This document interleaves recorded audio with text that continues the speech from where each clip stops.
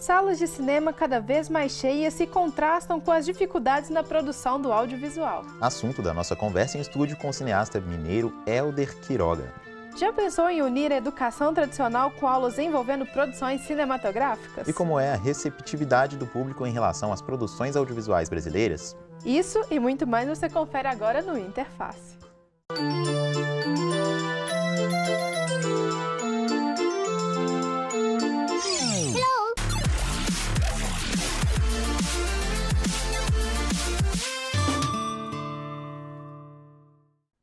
De acordo com o levantamento da Ancine, 2015 foi um ótimo ano para o setor cinematográfico brasileiro. Foram 172.900.000 espectadores nas salas de cinemas por todo o país. Um crescimento de 11,1% em relação a 2014. E acompanhando esse avanço, a renda gerada em bilheteria subiu 20,1%, o que resultou em 2,35 bilhões de reais. Foram mais de 3.000 salas em funcionamento no ano de 2015. O maior número desde 1977. E em 2016, essa realidade não parece ser diferente. Já foram lançados comercialmente 107 longas-metragens brasileiros. Mas como será que o público mundial tem visto essas produções nacionais?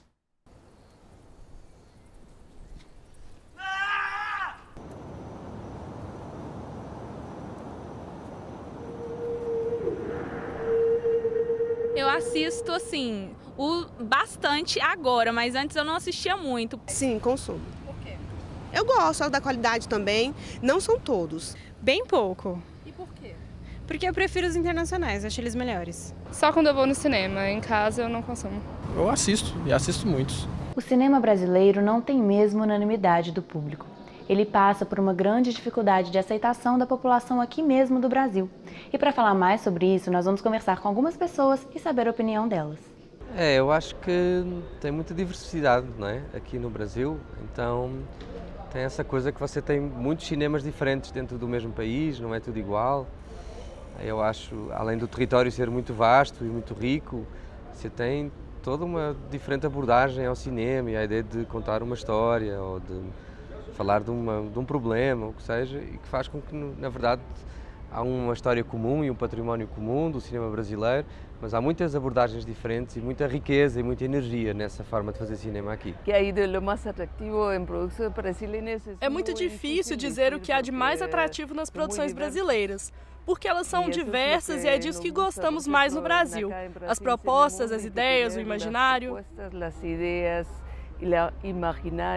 Mas então, por que muitos dos próprios brasileiros não reconhecem o valor dos filmes nacionais? A resposta está na exibição dos longa-metragens. De acordo com a Agência Nacional do Cinema, a Ancine, no ano de 2014 foram concluídos 186 longa-metragens, mas nem todos foram exibidos para o público. Do total de obras concluídas, apenas 22% foram lançadas comercialmente, enquanto 35% foram exibidos somente em festivais e 43% não tiveram nenhum tipo de exibição pública.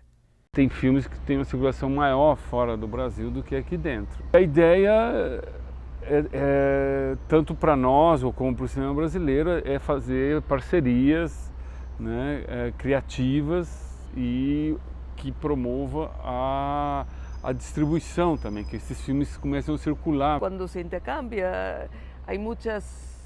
se faz um intercâmbio, tem muitas ideias que vêm e muitas contribuições bem generosas. Isso também é o bonito de compartilhar. Mesmo com todas as dificuldades, o cinema brasileiro já avançou em diversos aspectos e vem conquistando maiores públicos. Nós hoje em dia temos um nível técnico que não fica a dever nada para nenhum outro, assim, de nenhuma outra cinematografia do mundo inteiro. Nós temos condições, o próprio acesso à tecnologia em qualquer parte do mundo é mais fácil, então essa parte técnica a gente tem como ter. O outro lado é fazer esse público pensar. Esse ato de fazer o brasileiro pensar, junto com um filme tecnicamente bem feito, eu acho que está fazendo o filme brasileiro reconquistar o público brasileiro. A produção audiovisual cresce a cada dia e é preciso entender como isso interfere na vida das pessoas. Com o aumento das bilheterias, será que o mercado, para quem deseja ser produtor, também segue a mesma tendência? E a lei de incentivo ao cinema nacional realmente funciona? Será que tem influência na competitividade por público nas salas de cinema? Para responder este e outros questionamentos, além de contar um pouco mais sobre as produções audiovisuais brasileiras, recebemos aqui no estúdio o cineasta mineiro Hélder Quiroga. Olá, Hélder, tudo bem? Boa tarde, boa noite, bom dia. Seja bem-vindo. Obrigado. Fique à vontade. Hélder, para começar o nosso bate-papo aqui, você poderia falar um pouco do mercado nacional de audiovisual, como é que funcionam as produções, falta incentivo? Pode-se dizer que o audiovisual hoje vive um momento diferente da economia brasileira, que está numa crise ampla em todos os setores, mas o audiovisual cresce. Chega a crescer uma média de quase 7% ao ano, enquanto a economia está em processo de decrescimento. Isso vem por conta de uma política acertada, uma política de Estado, criada desde o governo Fernando Henrique Cardoso, que permitiu que o audiovisual fosse galgando espaço em termos de investimento em infraestrutura, em incentivo fiscal, em fomento, em isenção de tributos, e tudo isso foi propiciando que esse mercado audiovisual crescesse. É lógico que isso não acontece só por conta das políticas. Há um momento também, posso dizer, importante também da produção audiovisual. Novos cineastas, novas linguagens, novos filmes, que vêm tendo uma sintonia muito maior com o público, que de alguma forma está se interessando mais por esse cinema nacional, perdendo o preconceito antigo criado ali pela pornochanchada, pelo cinema nacional na década de 80, por aí. E voltando nessa questão do público que você está dizendo, você acha então que a recepção do brasileiro para essas produções nacionais tem sido positivo, assim como internacional também? Como que a gente é visto lá fora? O público brasileiro começa, de fato, a se interessar mais por esse cinema, que começa a chegar às televisões, às salas de cinema, dos shoppings, inclusive salas de cinema populares. E óbvio que o público vai se identificar mais. Está ali a cara do Brasil, está ali a cara dos personagens brasileiros. Muito mais eu me identifico com o personagem do Alto da Compadecida do que com o Homem-Aranha, isso é garantido. Ou com o Capitão Nascimento do Tropa de Elite do que com um filme americano que venha tratar sobre uma temática semelhante. Então essa característica de uma política acertada em torno da Agência Nacional de Cinema, da Secretaria do Audiovisual, juntamente com as políticas regionais e as TVs públicas, a aproximação desse filme do mercado mais popular e a identificação cultural, acho que são elementos que compõem essa mesa. Além dessas produções de entretenimento que lotam as salas de cinema, você acredita que existem produções que se preocupam com a função social? Eu acho que o cinema ele já tem um pouco a função social dele implícita. Ou seja, quando um cineasta, um roteirista ou um produtor busca uma temática para dialogar com o público, ele de alguma forma está querendo o quê? Revelar alguma realidade que esse público não vê no cotidiano ou que não é destacada pelo cotidiano, que é um pouco a função até essencial da linguagem cinematográfica, que é observar para um objeto, uma situação de uma forma diferente. O seu curta-metragem, o Egu, Os Mistérios do Mar, foi vencedor do Grande Prêmio do Cinema Brasileiro de 2016 e foi exibido em vários festivais. E pensando nessa questão dos festivais em si, qual que é a importância deles? Acho que os festivais têm uma importância de tentar ser um primeiro percurso de teste para as produções na relação com o público, na relação com o mercado audiovisual. E aí você tem nesses festivais um ambiente que é uma espécie de ecossistema do audiovisual. Produtores, distribuidores, críticos de cinema, todas essas pessoas circulam por esse universo e vão validando ou não o que está sendo apresentado. Agora, não é o festival um termômetro específico para se o filme vai ou não ser aceito pela população de uma maneira geral. E aí eu acho que a sala de cinema, eu acho que a televisão, a própria internet são espaços que acabam validando. E considerando os recursos, considerando as limitações, né? Quanto tempo que demora uma produção nacional, em média? Aí a gente vai para o grande drama do cinema brasileiro, que é hoje a média de uma produção de um curta-metragem pode chegar a um ano e meio, dependendo da etapa de finalização, de pós-produção ou a proposta do próprio filme. Um longa-metragem a gente já vai falar em torno de 5, 6 anos. Então isso diz o quê? Diz que quando o cineasta ele consegue acessar os recursos, o que já não é fácil, ele ainda vai demorar um processo amplo ali até esse filme chegar na sala de cinema para ter esse contato com o espectador. Hoje, nos Estados Unidos, por exemplo, você tem produções que duram 6 meses. Filma-se o Homem-Aranha num mês, o 2 já está filmando no segundo semestre, ou seja, a cada semestre você tem uma produção de longa-metragem sendo filmada e no semestre seguinte sendo finalizada. No Brasil, a gente ainda não conseguiu essa proeza, mas estamos caminhando para um fortalecimento desse tipo de estratégia no plano nacional. E aí você fala uma coisa interessante, realmente em Hollywood as produções têm muito mais investimento e acabam ficando muito mais nas salas de cinemas aqui no Brasil, sendo propagado, divulgado muito mais. Como então tornar mais justo o cinema brasileiro se comparado aos outros? A forma como os americanos atribuem a estratégia de posicionamento de mercado do próprio mercado audiovisual é forte, é dura, implicando inclusive em cercear outros tipos de políticas de exportação. Agora, o brasileiro tem que ser criativo, que eu acho que é marca da identidade do povo brasileiro. E aí nós temos que trabalhar com novas linguagens, ou seja, aproximar cada dia mais o público dos festivais, aproximar o público da televisão pública, dos canais de TV por assinatura, que tem sido um espaço de muita divulgação do cinema nacional, mas fundamentalmente também invadir a internet. Para finalizar, tocar num assunto que é um pouquinho polêmico, que são as leis de incentivo, né? Como é que é a lei de incentivo? Você podia comentar um pouco a lei de incentivo do audiovisual da Ancine?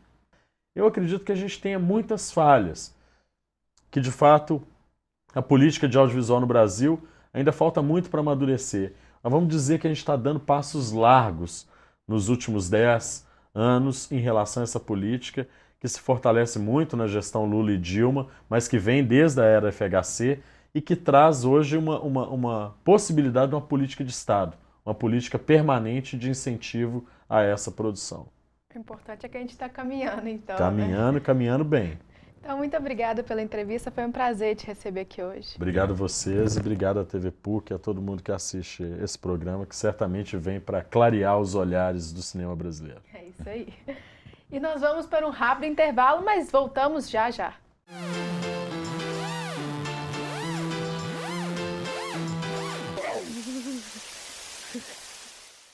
O cinema deve estar atento ao que é feito no mundo, deve estar atento aos novos cinemas que são feitos, às novas formas de fazer cinema, mas na mesma manter-se fiel à sua brasileiridade. O cinema é diferente da televisão, né? A gente não tem essa questão do retorno do público fazendo mudar o direcionamento de uma produção, ou a conceituação, ou o final. Como é que eu acho que é bem diferente. O cinema, ele quer propor uma provocação, quando é o caso do cinema político, por exemplo. Ele quer propor uma nova ideia, que faça não a pessoa pensar como ela sempre pensa, ou pela manipulação que ela já sofreu, mas sim que ela vislumbre ou que ela reconheça um outro caminho possível, uma outra maneira de pensar.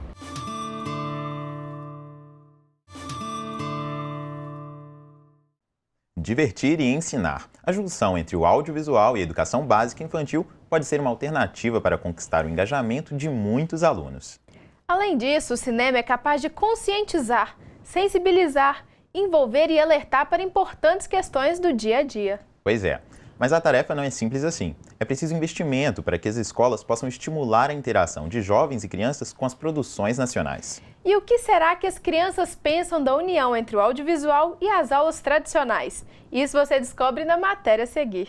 Os parentes são doidos. É por isso que eu sou o seu brinquedo favorito. O audiovisual hoje é uma janela social do mundo, né? Através do cinema a gente conhece culturas, conhece países, né? Comportamento, atitudes. E através dessas exibições de filme a gente sempre tem abordagens importantes com a participação de jovens, de crianças, sobre o que eles estão vendo, né? E criar um senso crítico sobre os filmes em exibição. O cinema é ponte para um pensamento, o cinema é experiência, uma experiência artística. A partir do momento que os meninos, as crianças, adolescentes saem da escola e vão para um cinema, assistir uma sessão e debater sobre o filme, o efeito é muito, além do efeito ser imediato, porque essa experiência já de sair da escola já é muito positiva, existe o efeito que o cinema próprio proporciona, independente para quem for. Que o cinema não é só um filme, né? O cinema é a experiência de você estar dentro de uma sala, estar em comunidade, num telão, é sonhar acordado. Então, todo mundo sonha acordado. E ainda tem o debate e o que ficou do filme, ele perpetua ao longo da vida. E a tarefa de unir o conhecimento e acrescentar um olhar crítico, ainda na fase de formação dos indivíduos, pode ser um desafio para os professores que trabalham com tão poucos recursos. Acho que o maior desafio que eles encontram são os recursos que as escolas públicas, sobretudo, têm de desenvolver atividades fora da escola. Então, a gente tem várias atividades fora da escola que propõem uma experiência artística para os alunos, adolescentes, crianças, até adultos do Jovens Aprendizes. E aí não tem muito recurso financeiro que possibilite com que essas crianças e esses adultos ou jovens saiam das escolas. Então, acho que é o maior desafio que os educadores encontram estando dentro da escola. Nesse convite que nós tivemos do Cine Teatro para trazer as crianças, isso para eles foi uma alegria tremenda, porque dentro da instituição nós não temos esse divertimento para o aluno. E tudo hoje, tudo tem que ser pago. Um cinema tem que ser pago, um ônibus. A condição dos alunos não oferece recursos, né? A escola, a instituição não oferece recursos e a família também não. Hoje nós trabalhamos muito com o quê? Com quadro. A gente não tem... existe uma deficiência muito grande nas salas de aula, né? E essa possibilidade, essa oportunidade de poder estar fazendo isso, eles terem acesso ao cinema, né, é extremamente importante, porque ali eles conseguem vivenciar um outro mundo, uma realidade, né, que, na teoria, ela é totalmente diferente daquilo ali que eles estão vivenciando dentro de uma sala de cinema. Um desafio que vale a pena ser driblado, pois integra diferentes linguagens e áreas do conhecimento, que podem ser trabalhadas dentro da sala de aula e se tornar uma tendência na interação entre alunos e professores. Acho que é muito importante despertar os olhares, né, dos estudantes para aquilo que muitas vezes eles não conseguem ver. É uma forma inovadora de ajudar as crianças, tanto na parte da alfabetização, na parte do convívio escolar, acredito que tenha vindo para poder ficar. Para as crianças, resta a felicidade de fazer um programa novo, cheio de diversão e conhecimento. Foi muito legal. Você já tinha vindo no cinema antes? Já. E o que você achou do filme? Muito legal, que teve muitas aventuras. O que você mais gostou do filme? A parte que ele foi pra lua e eles encontrou o aventureiro da vida deles. Aceita um café, opa? Aceita. Volta! A compaixão pelos animais está intimamente ligada à bondade de caráter, já dizia o poeta. E foi esse amor pelos animais, aliado à paixão pelo cinema, que fez com que Shirley Fraguas criasse o documentário Por Eles.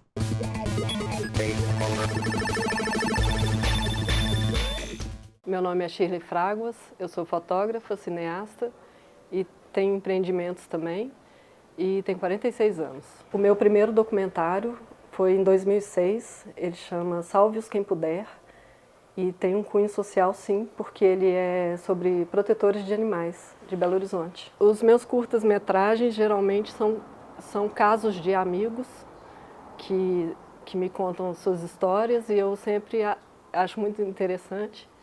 E algumas eu adapto para curta-metragem. As minhas principais influências são... Eu vou citar Almodóvar, Tarantino. Mostrar às pessoas que o veganismo não é nenhum bicho de 7 cabeças. É possível ser vegano sem passar fome, sem deixar de ter uma qualidade de vida boa. Ser cineasta no Brasil é muito complicado. Para mim é muito complicado, né? Porque eu não faço parte de grupos, eu sou independente, então os meus filmes geralmente não têm verba, eu mesma que faço os meus filmes, ou com a ajuda, se for curta-metragem, com a ajuda da possibilidade de tempo dos atores, né? Então, para mim é muito difícil. A ideia de criar o Por Eles foi muito pessoal e também que não tem uma demanda muito de documentários sobre veganismo que não mostrem cenas de maus tratos.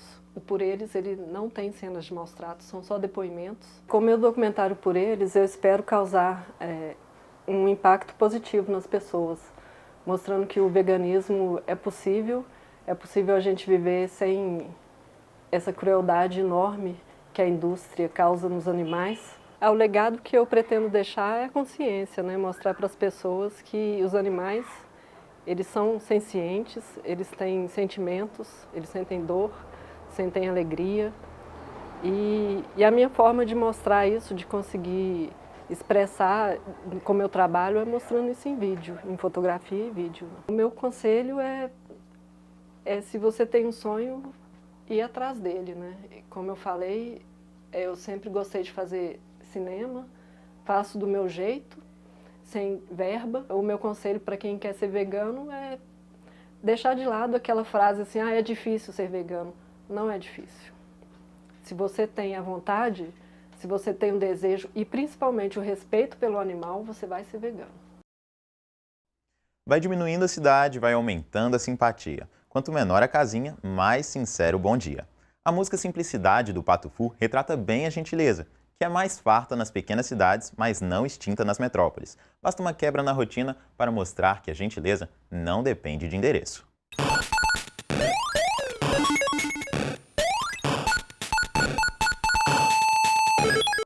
Para mim, gentileza é você poder, por exemplo, ceder um lugar para uma pessoa que tenha mais idade.